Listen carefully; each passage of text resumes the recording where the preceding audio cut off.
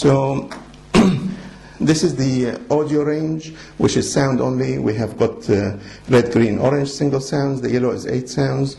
The dark green is vibrating only. That's for children with hearing problems or deaf.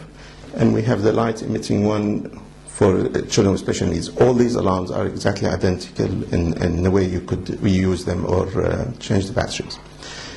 Then we have the ultimate range. This range has got sound and vibration. Again, to use it is exactly the same way. You plug the sensor into the alarm, and as I said earlier, you do not disconnect the sensor. Once it's plugged in, it is there for good. If you think the child is likely to unplug it, you could snip the extra bit of the leg which is sticking out, snip it off so the child will not be able to unplug the sensor. Again, located in the same place, attached to the underpants in the same way. The thing about the ultimate range, they've got sound and vibration. There's obviously the advantage of having 2 stimuli to start off with, but the additional advantage is once the child does wake up to the alarm, or to the alarm and the sound and vibration, is that you could switch it to vibration only, so the child is not disturbing others in the bedroom, or if they are using it away from home, they can discreetly use it without making others aware. Again, to change the settings of whether you want vibration only, vibration and sound, or sound only, the switch is inside the battery compartment, so again it is not easily tampered with or changed.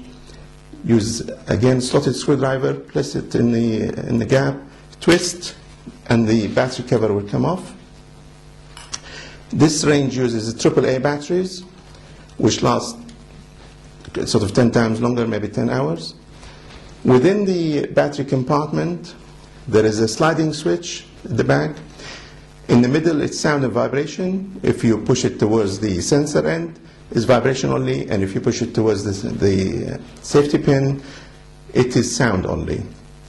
As I said, it's always a good idea to start off with sound and vibration and help the child to wake up. And once they are able to wake up to vibration only, you can change it to vibration if you need to do so. Otherwise, I would leave it on sound and vibration. And the batteries, there is very little chance that you need to change the batteries. But again, when you're changing batteries, please observe the correct polarity. So they are placed correctly. There is a drawing inside the battery compartment to show you how. Again, you could use it with a standard sensor or a bed mat if you wish. So that is the Ultimate One range. Again, we have 3 single sounds. The gold is 8 sounds, random 8 sounds. Then we have the magenta, camouflage, and the royal blue. Apart from the sound and vibration and the random 8 sounds, these have the ability to select individual sound, one of the 8 sounds. And again,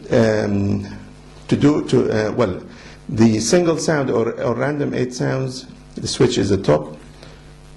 Whether you want vibration or sound, or vibration and sound, the switch is on the side. And if you want to select individual sounds, again, you remove the battery cover. There is a small plastic to help you change the settings. Make sure it is on the, if you are changing to single sounds, make sure you select the single sound option at the top. And then you could lower the first one. If you want 8 sounds or single sounds, the first switch must be on. If you want to select single sounds, individual single sounds, then you have to switch off the first switch, and you could select one of the 8 other switches to select single sounds. If you want to go back to the original settings, you have to switch the first switch on again. All that is explained in the instruction manual anyhow. Again, the batteries are AAA, so you don't need to change them. But if you do, please observe the correct polarity. Apart from that, all the other aspects of using the alarm is exactly identical to the audio range and the Ultimate One range. Then we have the Ultimate One Plus Record alarm. As I said, this is normally of specific benefit to autistic children and children with special needs, because apart from the 8 sounds plus vibration, and you could also select, it has the ability to record a message, a phrase, music, or even the phone tone of if the child has got a mobile telephone, then you could record their selected tone. There's a very good chance they'll wake up to that.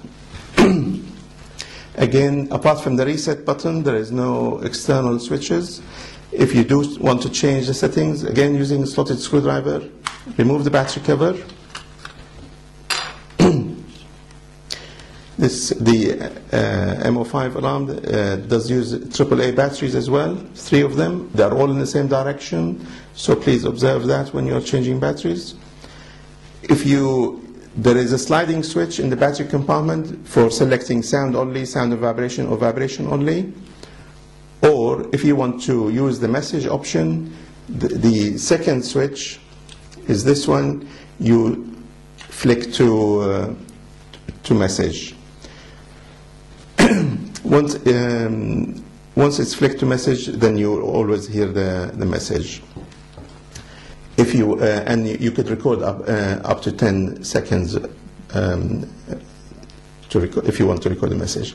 To record the message, there is a black switch here in the battery compartment.